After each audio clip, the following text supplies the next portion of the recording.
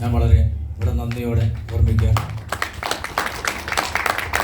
അതുപോലെ തന്നെ partners club എന്ന് പറയുന്ന ഒരു പ്ലാറ്റ്ഫോമിന് ഒരു നേതൃത്വം കൊടുക്കണമെന്ന് ആഗ്രഹിക്കുന്ന സമയത്ത് അതുമായി ബന്ധപ്പെട്ട് എല്ലാ സപ്പോർട്ടും നമുക്ക് തന്ന നമ്മുടെ ഗ്രേറ്റ് ലീഡർ മൈസൂർ അശോക് സാറിനെ ഞാൻ ഓർമ്മിക്കുകയാണ്.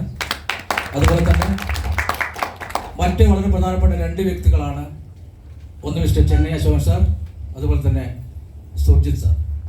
അതിനുശേഷം ഈ ഒരു ദീർഘമായ യാത്രയിൽ നമ്മുടെ കൂടെ എന്ന് സജീവമായി പങ്കെടുത്തുകൊണ്ടിരിക്കുന്ന ഇവിടെ ഇരിക്കുന്ന ഓരോ ആളുകളോടും, അതായത് Ravikumar sir, Suneesh sir, Babu sir, അൽബർദ സാർ, എല്ലാവരെയും.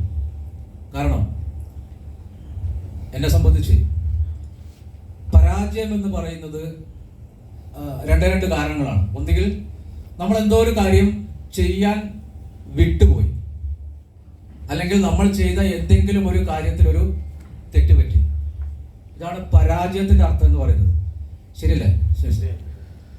അതുപോലെ തന്നെയാണ് എന്ത് കടം എന്ന് പറയുന്നത്. രണ്ടും ഒരേ വാക്കാണ്. കടം എന്ന് പറയുന്നത് എന്താ?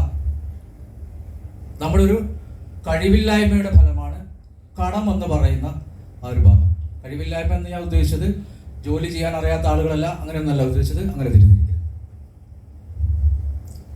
നമുക്ക് എല്ലാവർക്കും ചെറുതും വലുതുമായ ഒത്തിരി കടങ്ങളും കാര്യങ്ങളൊക്കെ ഉള്ള ആളുകളാണ്.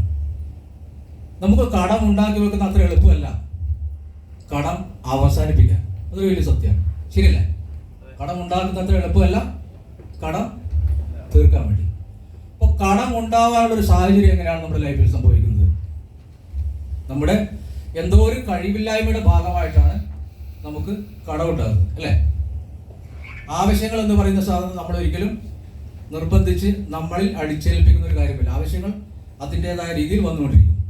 ആ ആവശ്യങ്ങൾ നിർവഹിക്കാനുള്ള പണം നമ്മുടെ കയ്യിൽ കണ്ടെത്താൻ ഉള്ള കഴിവില്ലായ്മയാണ് ഈ കടം എന്ന് പറയുന്ന പ്രോസസ്സിലേക്ക് നമ്മളെ എല്ലാവരെയും കൊണ്ട് ചെന്നെത്തിച്ചിരിക്കുന്നത്. അങ്ങനെയാണെങ്കിൽ നമ്മൾ ആദ്യം ചെയ്യേണ്ടത് എന്താണ്? നമ്മുടെ ഏണിംഗ് എബിലിറ്റി വർദ്ധിപ്പിക്കണം. അതായത് കടത്തിൽ നിന്നും മറികടന്ന ജീവിതത്തിലേക്ക് എത്താൻ വേണ്ടി നമ്മുടെ കഴിവിൽ നമ്മൾ ഇൻവെസ്റ്റ് ചെയ്യണം.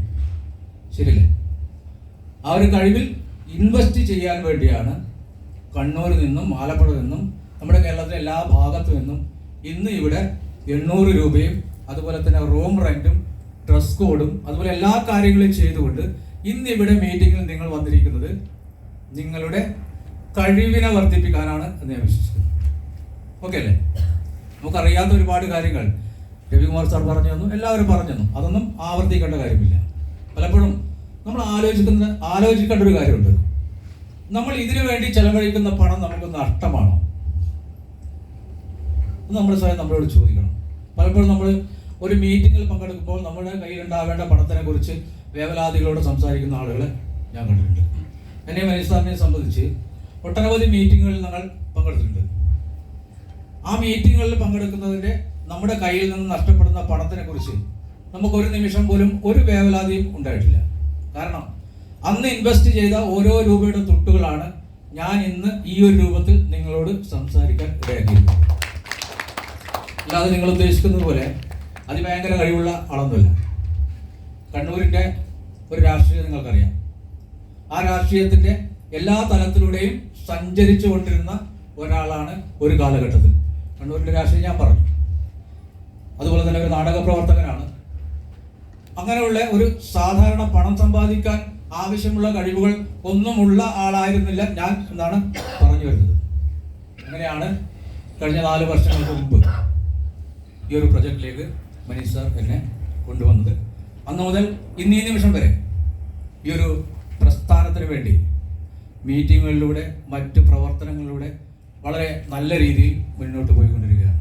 ഞാൻ കൂടുതലൊന്നും പറഞ്ഞ് നിങ്ങളെ ബുദ്ധിമുട്ടിക്കുന്നില്ല. എല്ലാ കാര്യങ്ങളും വളരെ സജീവമായി നമ്മുടെ എല്ലാ ലീഡേഴ്സും അവതരിപ്പിച്ചു കഴിഞ്ഞു. ഞാൻ 2 കാര്യങ്ങളാണ് നിങ്ങളോട് ഇവിടെ പറയുന്നത്. ഒന്ന്, നമ്മുടെ ഗ്രൂപ്പിനെ സഹായിക്കാൻ വേണ്ടി നമ്മുടെ great leader Mysore Ashokan sir നമുക്ക് മുന്നിൽ അവതരിപ്പിച്ച വളരെ പ്രധാനപ്പെട്ട ഒരു വെബ്സൈറ്റ്, അത് metaarmy.org. അതിനെക്കുറിച്ച് മാത്രമാണ് ഞാൻ അല്പസമയം പറയുന്നത്. അതുപോലെ തന്നെ നേരത്തെ സുരേഷ് സാർ പറഞ്ഞ് അവസാനിപ്പിച്ച ഏർലി ബേർഡ് ഓഫറിനെ കുറിച്ച് ഞാൻ ചെറിയ 1-2 കാര്യങ്ങൾ പറയാം.